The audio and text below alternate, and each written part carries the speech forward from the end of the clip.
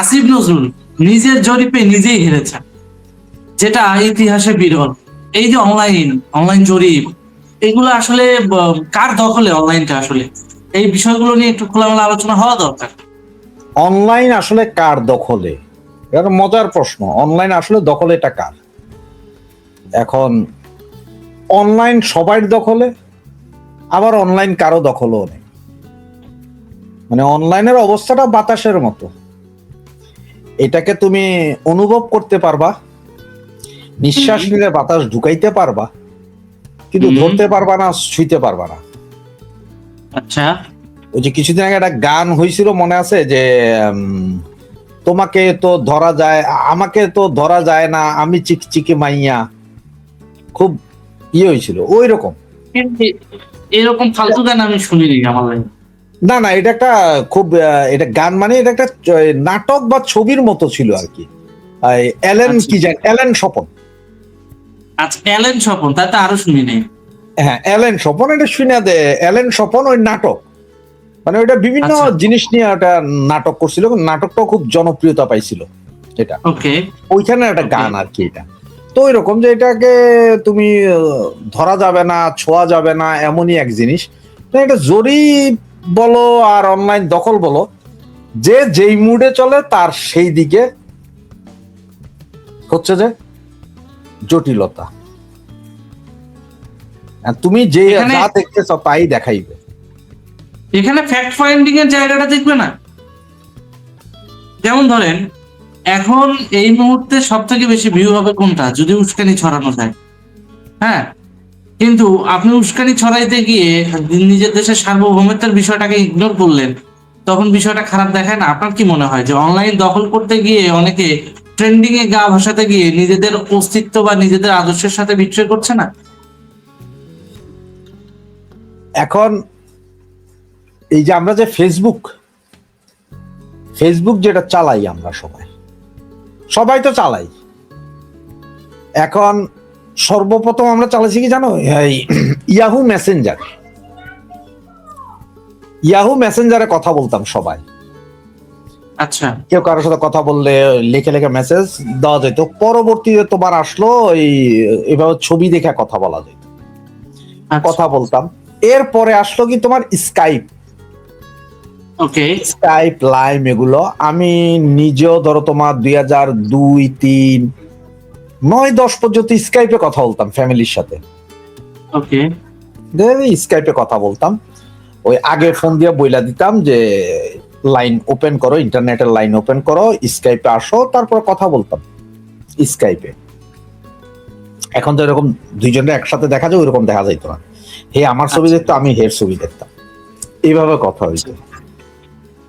এরপর আইলো 2007-এ আসলো হচ্ছে যে ফেসবুক। তখনও কি জিনিস কেউ বুঝতাম না, সবাই করছে। আমরা যারা ইউরোপে ছিলাম এরা দেখা দেখি করছি ফেসবুক, বুঝতাম না। ফেসবুকে সব বন্ধু বান্ধব ছিল, মানে দুনিয়ার যত কালা আফ্রিকান অমুক তমুক এগুলো। না হেদের কথা আমরা বুঝতাম না, আমাদের কথা হেরা বুঝতো, কেন তো বন্ধু নাই, আসলে কোনো বন্ধু আছে নাই, চলে ওই হেরা কিছু একটা দিছে, আমরা দেখতাম। কেউ কারো লাইকও দিত না, আবার তারা তাদেরটা দিত, যারা একটু ওভার স্মার্ট তারা তাদেরটা দিত। ওইটা চলতে চলতে এখন আইলো এখনকার যে অবস্থা। না তো পোলাপান বুঝেই না যে আসলে কোনটা হ্যাঁ কোনটা না, আর কোনটা দিলে কি হবে এইটাই বুঝা না। চালাই তো সবাই ফেসবুক। আসলে ফেসবুক যে আমরা চালাই, ধরো কিছু লোক, কত 10% লোক হবে বাংলাদেশের, সর্বোচ্চ 10% লোক হবে বাংলাদেশের যারা ফেসবুক মোটামুটি বুঝে, চালায়, লিখে। বাকি 90%-এরও ফেসবুক আছে। আসলে কি তারা কি ফেসবুক দেখে? তোমার কি মনে হয় ফেসবুক দেখে কেউ? তোমার একটা জিনিস দেখাইলে তো তুমি বুঝা যাবে এখনই। এই যে ধরো এই ফেসবুক আইতেছে, ঠিক আছে না, এই যে ফেসবুক চলতেছে এখন, তুমি এই ফেসবুকে আমার কাছে যত বন্ধু বান্ধব আছে, আমার ম্যাক্সিমাম আমি দেখে দেখে নিছি কার কার প্রোফাইলে শেখ হাসিনার ছবি আছে, আওয়ামী লীগের পক্ষে কথা বললাম, তো 10টা ওয়ার্ড হইলেও লিখলে তাদেরকে আমরা কোন একটাতে লাইক দিছি, কোন একটা শুধু ঘুরে ফিরে এদের গুলোও আসে। দেখা যায় যে ফ্রেন্ড রিকোয়েস্ট তোমার প্রতিদিন অন্তত তুমি কয়েকশো ফ্রেন্ড রিকোয়েস্ট পাবা, যারা হয়তো 20 জন ফ্রেন্ড আছে, 30 জন ফ্রেন্ড আছে, একদম নতুন নতুন আইডি খুলছে, তোমারে পাঠায়। তো তুমি হয়তো দেখে অ্যাকসেপ্ট করলে করলা, না করলে নাই। হে হয়তো একটা শেখ হাসিনার একটা ছবি দিছে বা একটা মিছিলের ছবি দিছে, তুমি একটা লাইক দিছো, পরের দিন হে এটা দিলে এটা, বা ওই ধরনের আরো যা যা আছে অ্যালগোরিদম তোমার ওইটাই শো করতে থাকবে, তোমাকে ওইটা শো করবে। আমি যেটাকে লাইক দিব সেটা আমার ফ্যান ফলোয়ার যারা আছে সবাই ওইটা দেখবে, ঠিক আছে না? তো এইভাবে দেখার কারণ হচ্ছে যে অ্যালগোরিদমে তুমি যা চাও তা। তোমার সবচেয়ে মজার একটা কাহিনী বলি। আমি বাংলাদেশে গেলাম 2020 সালে, মানে কোভিড এর পর পর। এখন যাওয়ার পর আমার বাসায় তো কেউ নাই, তা আব্বা আছে, একটা কাজের মহিলা আছে, আর বোনরা আসে যায়, দারোয়ান আছে। এখন আমি বাসার যেখানেই যাই আমি খালি টিকটক দেখি। ওকে, আমার ফেসবুকে টিকটক আসতেছে, আরে খাইছে টিকটক আসছে, কাহিনী কি? আমি তো টিকটক জীবনে দেখি নাই, এই টিকটক আসে কেন? পরে উদ্ধার করে রাইতের 3টা বাজে ওইটাও শুনি যে টিকটকে গান চলে, ওই আমার কাজের মহিলা দেখে। নিচে গেলে আমার দারোয়ানও টিকটক দেখে। ওয়াইফাই তো একটাই, ওই এক ওয়াইফাই এর কারণে আমরা সবাই কি দেখতেছি এখন, খুললেই 70% টিকটক আহে, অন্য আর কিছু আহে না। কাহিনীটা এইটাই হচ্ছে যে সবচেয়ে বুঝার, যে তুমি কি দেখতে চাও বা তুমি কি দেখবা। তুমি কোনো এক জায়গায় তুমি একদম ইচ্ছা করে আজকে তুমি টিকটক বাদ দাও, তুমি টিকটক দেখো না ভদ্রলোক, তুমি আজকে খুঁজা খুঁজা যে কোনো 5টা নিউজ, 5টা পত্রিকার নিউজ গুলো আসে না তোমার ফেসবুকে, ওই ধরনের 5টা নিউজে তুমি লাইক দাও,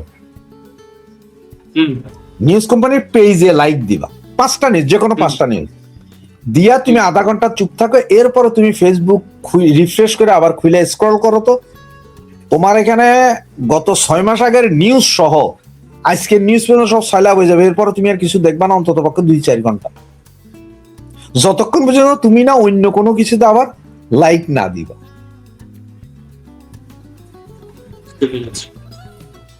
সুতরাং এটা হচ্ছে মূল কাহিনী। তাহলে এই বিষয়টা পরিষ্কার, সেটা হচ্ছে আপনার আমার ইন্টারাকশন যেই তথ্যভিত্তিক টপিকের উপর হবে, ওই রিলেটেড বা ওই সমসাময়িক বিষয়গুলোই আমাদের উপর সাজেস্ট করে, যেটাকে আমরা অ্যালগোরিদম ফ্রেন্ডলি বলি। হ্যাঁ, অ্যালগোরিদম ফ্রেন্ডলি বলতে মানে আমি ধরেন কথার কথা, আমি আসিফ নজরুলের একটা পোস্টে লাইক দিলাম, আসিফ নজরুলের আরো 10টা পোস্ট আস্তে আস্তে আসতেই থাকে। ইজি।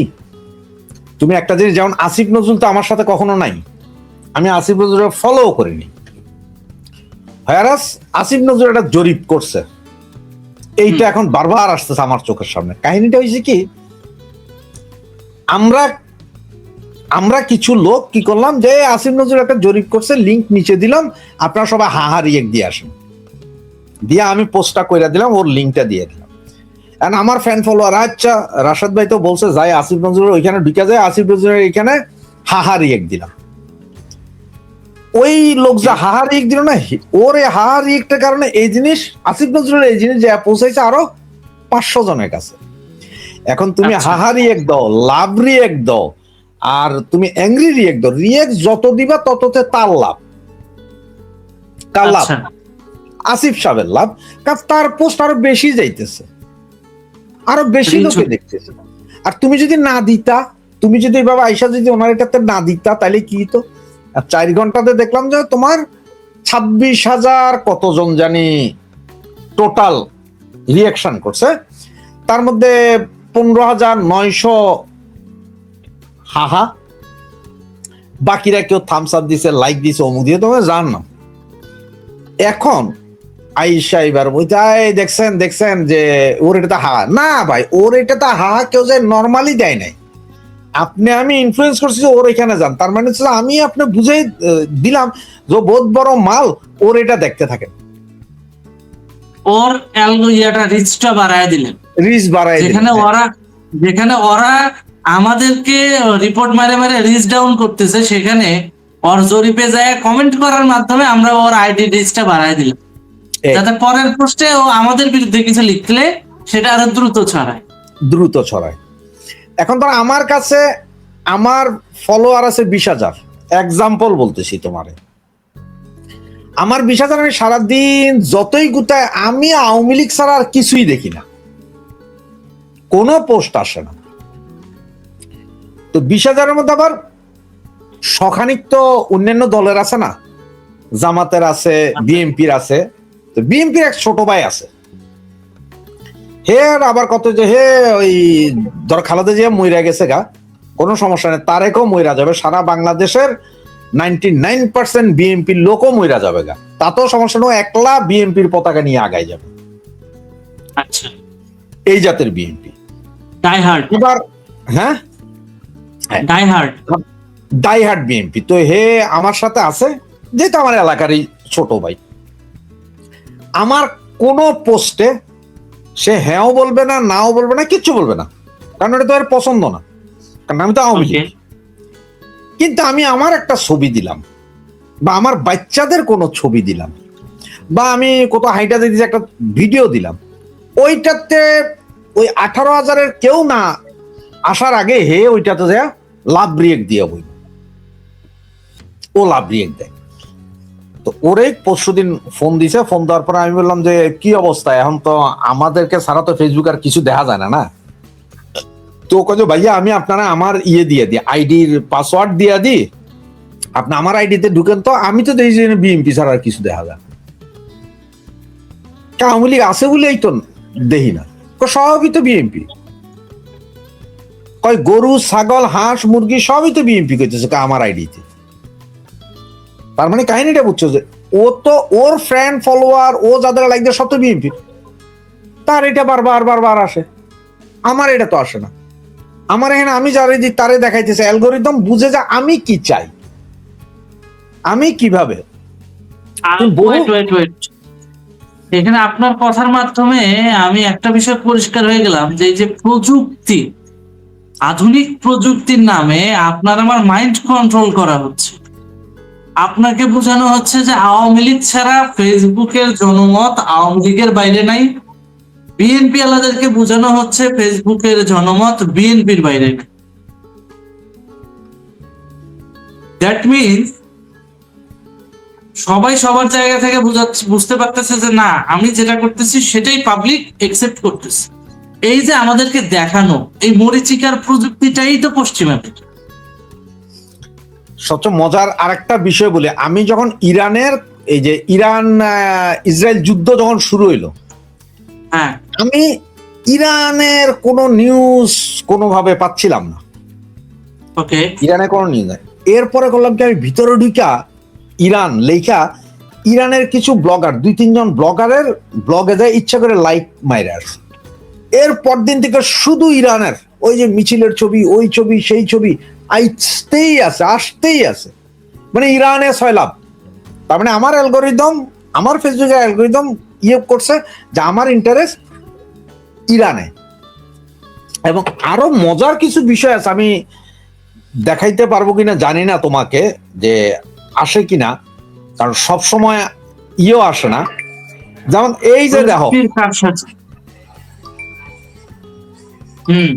রেভোলুট ব্যাংক কার্ড, এটা কোন হ্যাঁ ব্যাংকের কার্ড। আধা ঘন্টা আগে আমি এই রেগুলেটরের ব্যাংক কার্ডে আমার এক ফ্রেন্ডকে আমি ইয়ে পাঠাইছি, লিঙ্ক পাঠাইছি যে ও করতে পারবে, কারণ আমার করা আছে আগে। এখন আমার ফেসবুক আমি যতবারই যত দিকে ঢুকি আমারে শুধু দেখায় কি রেগুলেটর এটাই দেখাচ্ছে আমাকে বারবার। এক ঘটনা হচ্ছে তুমি যেটা দেখতে চাইবা সেটাই তোমাকে দেখাইবে, দেখানো হবে। তুমি একটু আজকে আমার কথা বিশ্বাস না হলে তুমি আলী বাবা, অমুক বাবা, তমুক বাবা, যে কোনো একটা সাইডে ঢুকা, ফেসবুক থেকে সাইডে ঢুকা তুমি ক্লোজ করে দিয়ে চলে এসো। এরপর দেখো যে 50,000 অ্যাড আইব তোমার বিভিন্ন এগুলারই, অন্য আর কিছু দেখাবে না। বুঝতে পারছি। তার মানে এখন বলো এই যে ফেসবুকের জরিপ বলো আর যাই বলো, জরিপের ফল কি তা আসে আসলে? ওই যে জরিপের ফল তোমার ফেভারে এখন যাবে কেন? একসময় বিএনপির ফেভারে খুব যাইতো, সব জরিপে বিএনপি ফার্স্ট।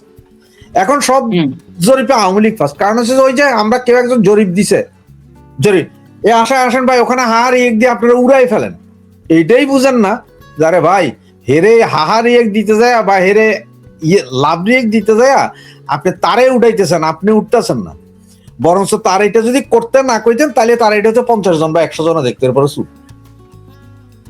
অর্থাৎ এটার মাধ্যমে আলটিমেট মেসেজ আপনি এটা দিতে চাচ্ছেন যে ওরা জরিপ করুক আর যাই করুক, ওদের আইডি কিন্তু রিচ ডাউন, সেই রিচটা বাড়ায় দিন না, বাড়াইয়া দিন না। কেন বাড়াবেন? কারণ আস্তে আস্তে ওদের জনসমর্থন এবং অ্যাকসেপ্টেন্সি কমে যাচ্ছে। এই এই যে আমি বললাম যে আসিফ নজরুল যে জরিপ করছে এটা তো আমি জানতামই না। যদি তুমি পোস্ট লেখা আমার চোখের সামনে না ফালাইতা যে আসিফ নজরুল ষাঁড় জরিপ করছে, নিচে লিঙ্ক দিলাম হাহার এক দিয়ে আসুন, কি জরিপ করছে এটা দেখার জন্য হইলো আমি ওই লিঙ্কে চাপ দিয়ে যাই দেখছি।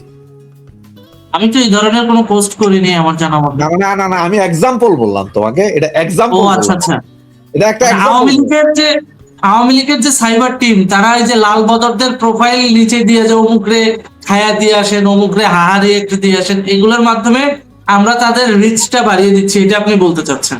হ্যাঁ ইজিলি হয়। আর কিন্তু আওয়ামী লীগের পক্ষে লেখে ফেসবুকে খুব ভালো ভালো কিছু ছেলে পেলে আছে, একটু খেয়াল করো দেখবা যে ওদের এইটাতে ওই 2 দিনে 1000 লাইক কমেন্টস হইতে